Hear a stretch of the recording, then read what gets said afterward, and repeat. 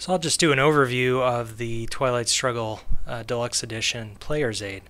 First off, you'll need to download that from the Board Game Geek website and put it in an appropriate folder. I'm going to double click it here. This file is actually one that's been saved in the Excel 2007 format. The one you'll download from the website will be by default in the Excel 2003 format. You can certainly save the spreadsheet, assuming both players are using Excel 2007 in the macro-enabled format, which will actually speed up the spreadsheet in terms of saving and using it. The first thing you want to ensure when you go into the spreadsheet is that macros are enabled. This spreadsheet uses Visual Basic for applications for many functions. I'll go ahead and enable that. Once you go into the spreadsheet here, you'll be prompted for full screen mode. This can give you a little bit more real estate if you're working with a smaller display. For the purposes of this demonstration, I'm going to click No.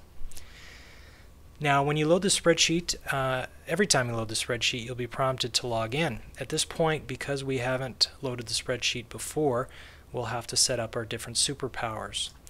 I'm going to select the USSR, and now I need to enter in a player name, and optionally an email address, and also a password if I choose. I'll make up a fictitious name here. As far as an email address is concerned, I'll leave that off for now, but you can enter an email address, and when functions in the game are performed, like dice rolling and whatnot, an email will be sent to your opponent detailing what happened there.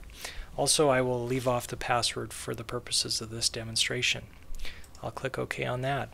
The next question we'll have is a one-time setup in terms of card management and dice rolling.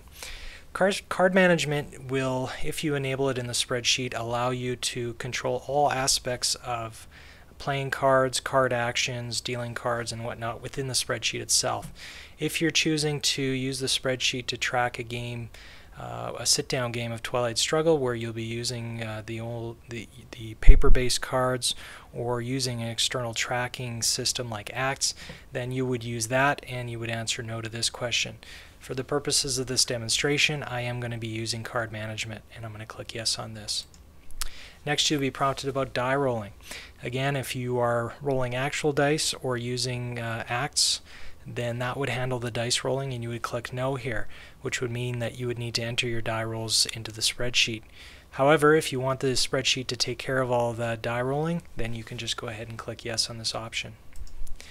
Lastly, the spreadsheet does support the new optional cards included with the deluxe edition of Twilight Struggle. There's 7 new cards, and it's up to you what you want to do with that. I'm going to go and click yes.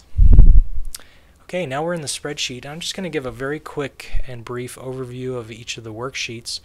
And the first one is a quick start section.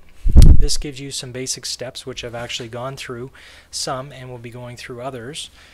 It also has a section of quick tips, tips and tricks for different things that you could know about the spreadsheet, and then goes through an example of play just to get the flow of how the spreadsheet works.